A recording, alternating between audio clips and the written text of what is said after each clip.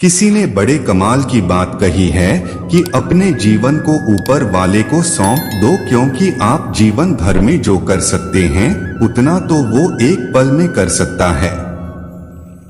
आपके लिए एक छोटी सी कहानी। यह कहानी महाभारत के युद्ध की। युद्ध के प्रारंभ होने से पहले युद्ध भूमि को तैयार किया जा रहा था। कुरुक्षेत्र की भूमि को समतल बनाया जा रहा था, पेड़ों को हटाया जा रहा था। उस युद्ध भूमि का मुआयना करने के लिए एक दिन पहले निरीक्षण करने के लिए भगवान श्री कृष्ण और उनके मित्र धनुर्धर अर्जुन पहुंचे। वो मुआयना कर रहे थे, देख रहे थे तैयारी किस तरीके से चल रही है।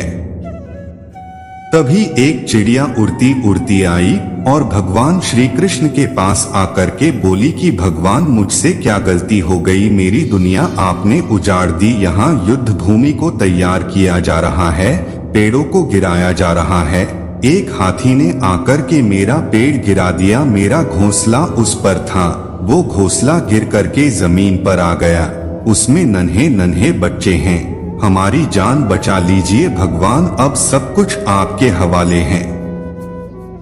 भगवान श्री कृष्ण ने कहा कि मैं इसमें क्या कर सकता हूँ, मैं तुम्हारी मदद नहीं कर सकता। यह तो नियति का पहिया है, समय का पहिया घूमता चला जाता है, इसमें मैं क्या कर सकता हूँ बताओ। वो चिड़िया रुआंसी होकर के बोली कि भगवान, मुझे बस एक इजाजत दे दीजिए। भगवान ने कहा कि बोलू, क्या पूछना है, क्या इजाजत चाहिए। तो उस चिड़िया ने कहा कि भगवान, मैं आप पर विश्वास तो कर सकती हूँ ना। भगवान ने ह भरी।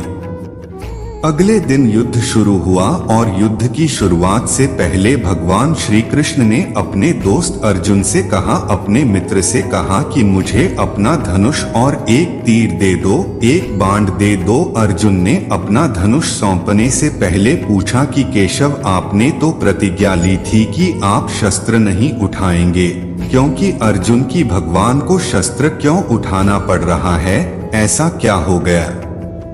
तो भगवान श्री कृष्ण ने कहा कि उस सामने हाथी देख रहे हो, उस हाथी ने उस चिड़िया का घोंसला गिराया, उस पेड़ को नष्ट कर दिया जिस पर उस चिड़िया का घोंसला था। मुझे कुछ तो करना पड़ेगा। अर्जुन समझ गया भगवान श्री कृष्ण ने वो धनुष लिया है, एक तीर छोड़ा, लेकिन ये क्या, वो तीर जा करके हाथी को लगा ही नहीं, उसके गले में घंटी लटकी थी, उस पर जाकर के लगा और वो घंटी नीचे जमीन पर गिर गई। अर्जुन हंसने लगा और कहने लगा कि माधव, आपसे नहीं हो पाया, मुझे मौका दीजिए, 1 मिनट, मैं उस हाथी को नष्ट कर दूंगा, खत्म कर दूंगा।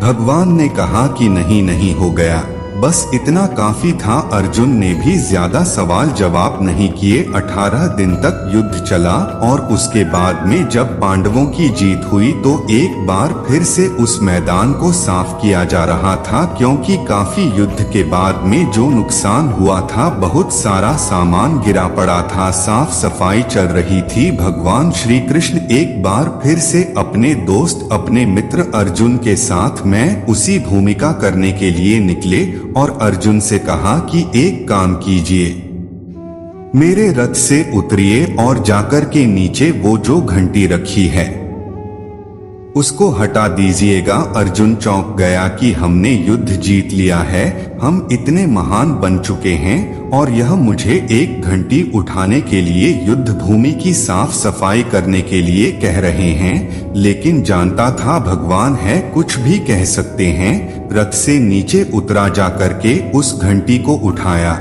साइड किया और जैसे ही उस घंटी को उठाया वैसे ही उसके नीचे से नन्हे नन्हे बच्चे चिड़िया के फड़फड़ाते हुए उड़ान भर ली, उन्होंने उड़ गए।